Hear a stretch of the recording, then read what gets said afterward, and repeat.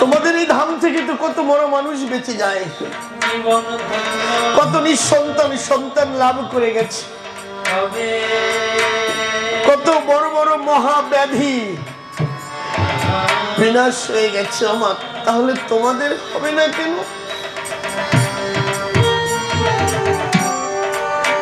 সবার ঊর্ধ্বে হচ্ছে ভক্তি মা। ভক্তি ভরে ভজলে তার সে দূরে থাকে না। সবার উপরে প্রয়োজন ভক্তির। আরে ভক্তি যখন জন্ম লবে মা, বিশ্বাস উপনীত হবে। আরে বিশ্বাসে যখন তোমার হৃদয়ে ভরে যাবে মা, তোমার ভিতরে ভাবের উদয় হবে। আর যখন তুমি এই সন্ধ্যাকালীন সন্ধ্যার সারাদিনে সময় পাও না, তাতে দুঃখ নাই মা। কমসে কম সন্ধ্যার সময় শত কাজ থাকলেও ছেড়ে দিয়ে এসে একটু রাধা মাধবের চরণে যুগলে একটু দু হাত উত্তোলন করে হা গৌর বলে ডাকো, রাধে বলে দেখো মা,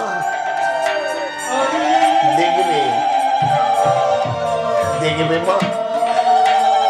আমি প্রেমানন্দ হয়ে আজ কথা দিচ্ছি, তোমাদের সংসারে কখনো কোনো অভাব আসবে না, কোন রোগ শোক আসবে না, কোন জরা ব্যাধি থাকবে না, সব দূরীভূত হবে। আগে গোবিন্দকে ভালোবাসতে হবে মা, গুরুকে ভালোবাসতে হবে মা, তারপরে সেই চরণকে আশ্রয় করে ভজনা করতে হবে। আমি আগে বলেছিলাম যে সকালে মঙ্গল আরতি করতে। মঙ্গল আরতি কেন করে জানো বাবা? যাতে আমাদের এই দেহ মন প্রাণ শুদ্ধ থাকে এবং আমাদের প্রতিনিয়ত নিত্য মঙ্গল সূচক হয়, আমাদের জীবন মঙ্গলে ভরে যায়, কখনো অমঙ্গলে ঘটিত না হয়। তাই ভোর লগনে মঙ্গল আরতি করতে হয়।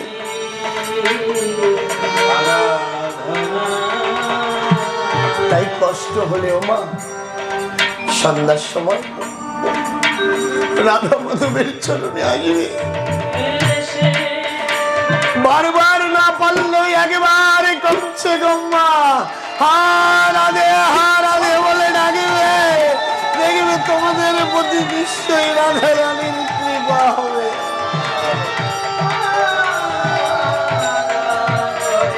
ছেলে মেয়েকে বলবে, ও বাবা সময় পেলে একেবারে ধামে যাবে, গিয়ে একেবারে আমার রাধা মাধবকে প্রণাম করে আসবে। রাধা মাধব নিশ্চয় তোমাদের কৃপা করবে। দেশ বিদেশ থেকে বহু মানুষ এখানে এসে কৃপা লাভ করে। তোমরা দেখেছো মা, গত 3 দিন আগেও সুদূর আন্দামান কোথায় 7 সমুদ্র 13 নদীর ওপার, সেখান থেকে আসছে মানুষ। কোথায় রাজস্থান, কোথায় মধ্যপ্রদেশ, কোথায় উত্তরপ্রদেশ, কোথায় নৈনিতাল, কোথায় হরিদ্বার, সব জায়গা থেকে লোক ছুটে আসে তোমাদের এই ধামে। আর তোমরা সেই আমার গৌর হরির নদিয়ায় থেকেও আমার সেই নদিয়াপুরীর বাসিন্দা হয়েও তোমরা ভক্তি পথে গৌর বলে রাখতে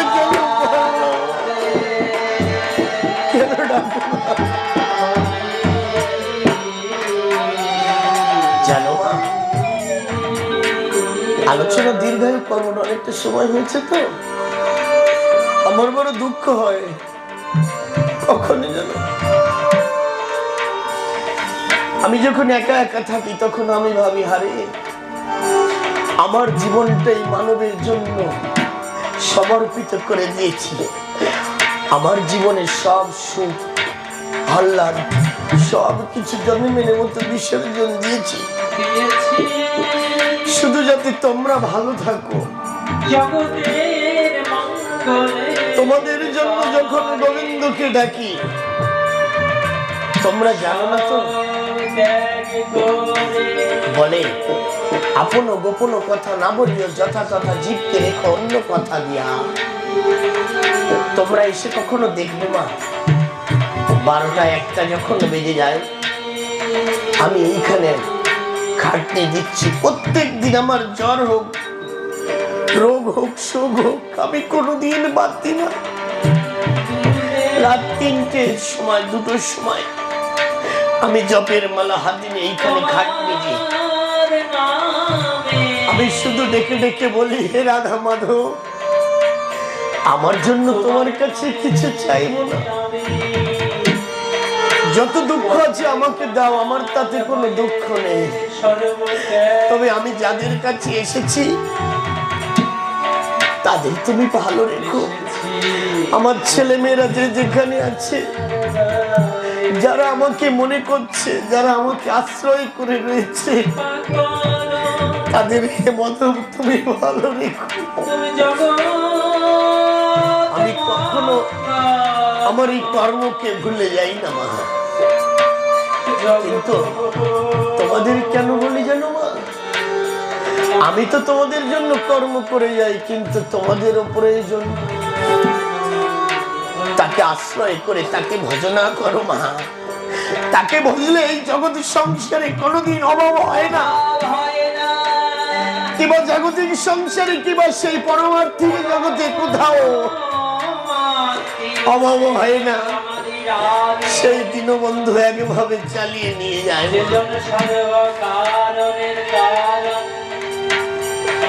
একভাবে না একভাবে তোমার হাত ধরে সে চালাবে। সাময়িক দুঃখ আসতেই পারে মা, সুখ দুঃখ হচ্ছে জীবনের সাথী। দুঃখ আসলে সুখের অপেক্ষায় থাকি, আর সুখ আসলে দুঃখের অপেক্ষায় থাকি। মানবের এই তো হয়, কিন্তু তার মধ্যে দিয়ে মা কখনো ভজনকে নষ্ট করো না। নিত্য নিত্য সেই গোবিন্দ চরণে ভজন করো। ছেলে মেয়েকে সুশিক্ষা দাও মা, তাদেরকে ধর্মগ্রন্থ শিক্ষা দাও। গতদিনের আলোচনার কথা বলেছিলাম না, যদি বিধর্মী কাউকে বলি, বাবা তুমি তোমার ধর্মগ্রন্থ থেকে আমাকে কিছু শোনাও, সে রাস্তার উপরে দাঁড়িয়ে শুরু করে দেবে। কিন্তু আমাদের এই সনাতনীদের আমার বড় দুঃখ হয়, যদি কাউকে বলি বাবা তুমি একটা গীতার শ্লোক বলো, তুমি আমাকে মহাভারত থেকে কিছু বলো, বিয়ে পাশ হলেও সেই কথাটা বলতে সে অক্ষম, সে জানে না, কারণ আমরা সেই শিক্ষাটা দিই না। তাই আগামী দিন এতদ অঞ্চলের সকলকে নিমন্ত্রণ করবে, সবাইকে বলবেন আশ্রমে সবার জন্য ডাল ভাতের ব্যবস্থা করা হয়েছে, সবাই আসবে, ভাগবত শ্রবণ করবো। মা ডাল ভাত তো আমরা প্রতিদিনই খাই,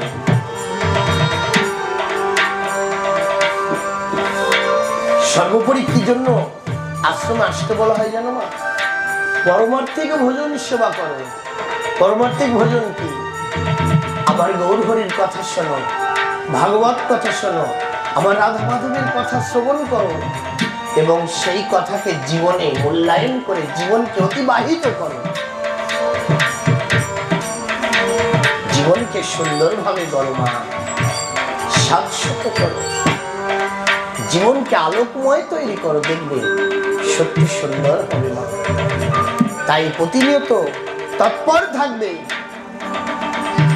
এই যে দেখো সবাই কত সুন্দর ললাটে তিলক লাগিয়েছে, কি সুন্দর লাগছে আমার। কেন?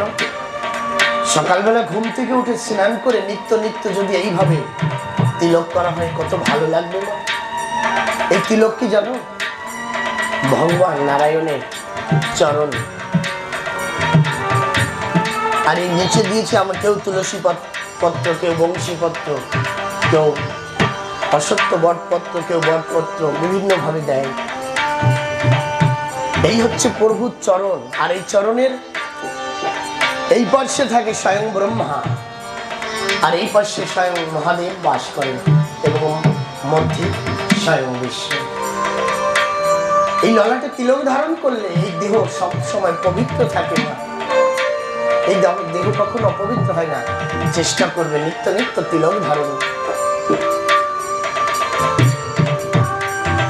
কেন তিলক ধারণ করলে কি হয় মা? কে কি বলবে না, কারো বলার কথাই যেও না মা। এই জগতে অনেকে অনেক কিছু বলে। আজকে যদি আমার 5,000 টাকা দরকার হয়, সেই বলা লোকগুলোকে আমাকে দেবে? দেবে না। তাহলে আমি তার কথা শুনবো কেন? ভালো কাজ করতে আমি কারোর কটু কথা শুনবো কেন? আমি আমার কাজ করে আমি সেই গোবিন্দের চরণে দিয়ে দিয়ে গিয়ে। তাই আজকে অনেক সময় হয়েছে। হ্যাঁ,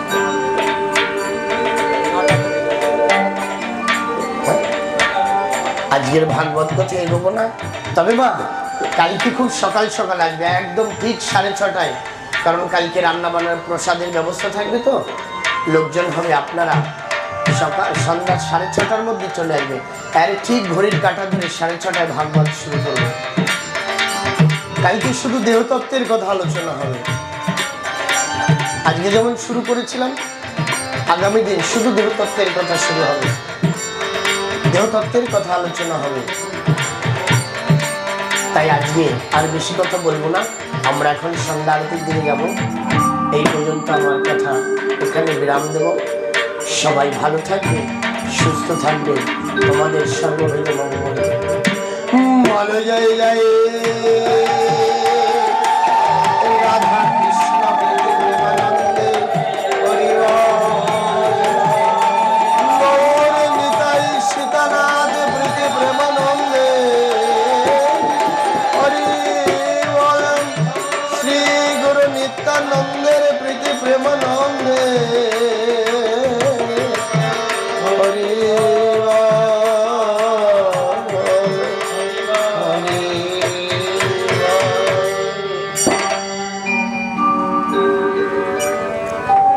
তুলসী বন্দনা হয়ে গেছে, এই করো, আরতি শুরু করো অলরেডি।